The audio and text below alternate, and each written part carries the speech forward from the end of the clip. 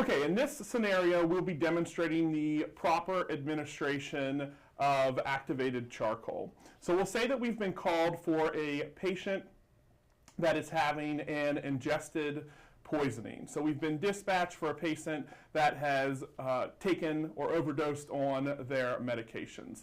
Remember, when we're en route to the scene, we're doing our scene size up, so we're constantly considering scene safety. We ensure that we have our BSI on.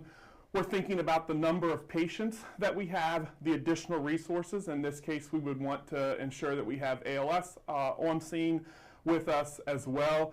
And just in general, considering the nature of illness, which in this case is a patient who has overdosed. When we come on scene, we want to make sure that we have our general impression. So I see, as I come in, that I have an adult patient who appears to be conscious, sitting in the chair in her home. So I arrive on scene, and the first thing we're going to do is greet the patient. Hi, my name's Robbie. I'm an EMT with the fire department. What's going on today? I just took some extra medicine. So I've initiated contact with the patient. I've always introduced myself, and I've asked the patient what's going on. Based on that, I can go ahead and gather a couple things when I'm considering my primary assessment. So since she's able to talk to me, I know that her airway is patent. Observing her, I can tell that her respirations, her breathing status is currently normal. It appears that her quality of breathing is also normal at this time. May I go ahead and check your pulse? Sure. So I'm going to go ahead and check for circulation. I'm looking at her overall skin color, which at this point appears to be normal. And I'm going to go ahead and check a radial pulse on the patient. The rate and quality of the radial pulse appears to be normal at this time. Okay, so tell me, you said that you have taken some medication today. Mm-hmm. You took more than you were supposed to take? Yeah. Okay. So as the last part of my primary assessment, I'm going to consider the patient's priority based on the information that I've gathered. At this time, I'm going to consider the patient a low priority, but we can reassess as we go on. Okay, so do you know what medications you took today? ZQuil. She took ZQuil. So I'm going to go ahead and do my sample history on this patient. Are you having any kind of symptoms at all, like your stomach's upset or anything like that? No, I feel a little tired, but Okay. I've been feeling tired lately. Okay. How about any allergies that you have? Penicillin. Okay, she's allergic to penicillin. And what medications are you currently prescribed to take? Just birth control. Okay, and so the ZQuil that you took was not your prescribed medication? No. Okay, and was it in a pill form or was it in another type of form? A pill.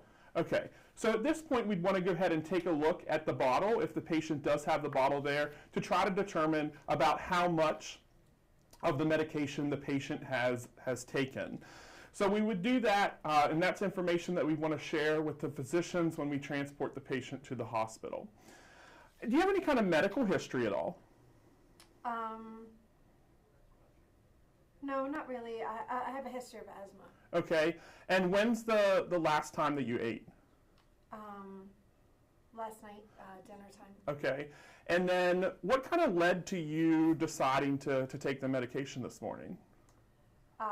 I just feel like I just want to go to sleep. I just want to go to sleep. Okay. And I can't, so I just Okay. figured I would just take more of my medicines. I just want to go to bed. I just want to go to sleep.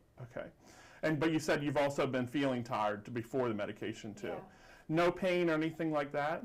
No pain. Okay, so remember when we consider OPQRST, OPQRST is not just a pain assessment. OPQRST is an assessment of the symptom. So in this case, it's her tiredness. So that's what I'm going to use OPQRST for.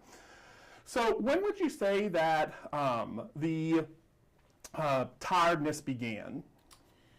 Well, I've been feeling tired, but just not sleeping well. Okay. And this morning, I just, I don't know, I got out of bed maybe around 8, and I just felt like really just run down. So I felt like I'm not sleeping, so let me take more of my ZQuil. So Okay. I took a good amount of my ZQuil, and now I'm feeling more tired. I probably took the medicine at like 8:30. So when we consider what provokes you being more tired, the medicine definitely makes you more tired. Yes. Okay. radiation doesn't apply to this case. Severity, we can ask it in a way like this. So in a scale of 1 to 10, 10 being like, I just can't keep my eyes open, and 1 being, I'm fully alert. How would you rate that right now? About an 8. Okay. And then did the tiredness like come on suddenly or slowly over time? I'd say like over the last like half hour or so that I started feeling like more tired. Okay. Yeah. At this point, I'd go ahead and get vital signs on the patient. Once I have gone ahead and done vital signs, because this patient has done an ingested poison, I'm thinking that the best route of action is to utilize activated charcoal with this patient. Before I can do that, though, I need to consult to get orders to do that, because I cannot just do it on my own. Remember, in Maryland, we're required to do a consult. We can also do a call with poison control. However, we cannot take any orders with poison control. It is helpful to at least at some point do a call with poison control, because they will follow up with the hospital that you transport to check on patient condition and to also assist those doctors in the ED with treatment for that patient. So at this point, I would go ahead and do my consult with the receiving facility, with a physician, to go ahead and get the orders for the activated charcoal. In this case, we'll pretend that the physician has gone ahead and given me the orders to do that. So I'm going to go ahead and start the preparation part of my administration of the activated charcoal. So I'll need to consider all of my rights with the medication. So first thing I'll consider is the route of the medication. Activated charcoal is given orally. So I'll remember that as I am preparing the medication. My next thing I'll consider is the patient. This is my right patient for this medication based on the indications in the protocol. It's an ingested poisoning. And the other thing I'm going to just ask the patient, have you taken something like an emetic, something that would make you vomit? Anything like that? Yeah. Syrup of abacavir is a good example. Okay, so she hasn't taken an emetic, okay? And then my next question is, so I can determine the right dose. About how much do you weigh? About 130 pounds. 130 pounds.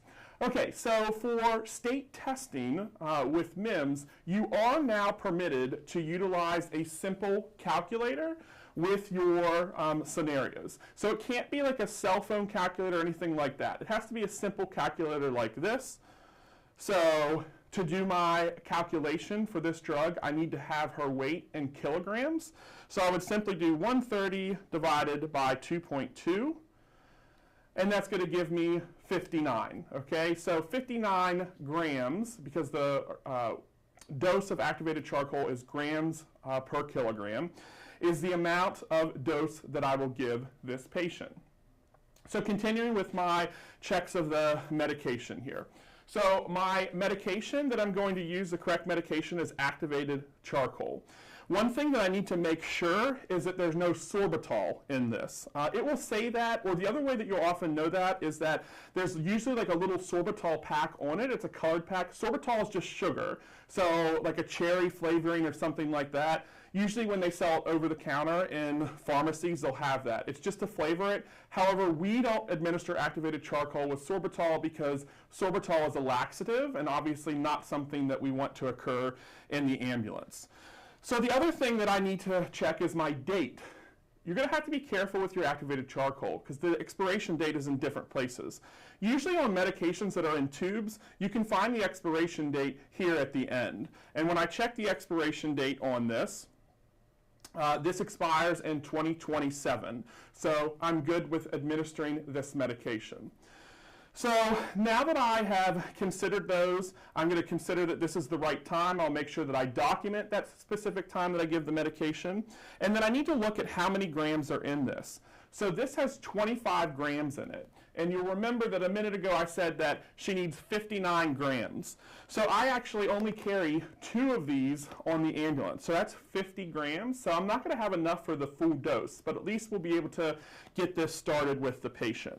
So one thing to consider is that when activated charcoal has sat for a little while, it sometimes gets clunky. So you need to like jar it around a little bit, sometimes a light shaking to make sure that it's good to go. You can administer this in a couple different ways. You could give this to the patient and literally have them drink it down, or if you have a cup that's available either at the patient's house or on scene, you can literally dump this into the cup and then have them drink it. It's suggested to use a straw if you have it, but many cases you don't have this on the ambulance. You want to explain the procedure of the medication to the patient itself. And so what I'm going to do here is give you a medication called activated charcoal. I'm going to be honest with you, it's not going to be pleasant or taste well to drink. But what it's going to do is it's going to bind to that medication that you have ingested to make sure that it doesn't do any harm to your body. It's black in color, so and it may make you feel like you're a little bit sick on your stomach. And if so, just let me know, okay? Do you have any questions about it? No. Okay. So I would go ahead and take this medication and go ahead and put it in the cup and have her slowly drink that. You should be ready for the patient to vomit, so make sure that you have your convenience bag with you at all times and ready to manage that airway. We'd go ahead and package the patient and start transport to the hospital. We'd make sure that we're continuing to reassess vital signs on that patient, continuing to reassess the history that we gathered. On her, there really wasn't a focused assessment because she's just tired. There was no complaints with the body, so there's nothing there, but if something would come up, she would start to have pain, etc., then I would do a more focused assessment. En route to the hospital, I would go ahead and do my consult again to let them know what the effects are and documenting what I've seen with the medication and my more patient information and my estimated time of arrival.